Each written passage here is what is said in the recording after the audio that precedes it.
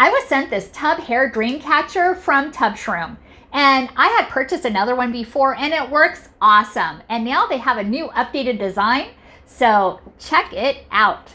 This is also very easy to install, and it also will fit tub drains from 1.5 inch to 1 3/4 inch. It's very easy. Let me open it up to show you a close-up.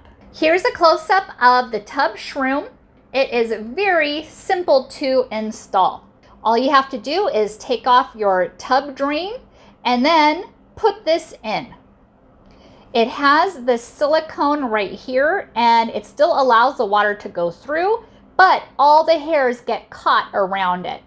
And then every so often we clean it up and put it back in. It is very simple to install. You just insert the TubShroom into the drain, and it only takes seconds to install.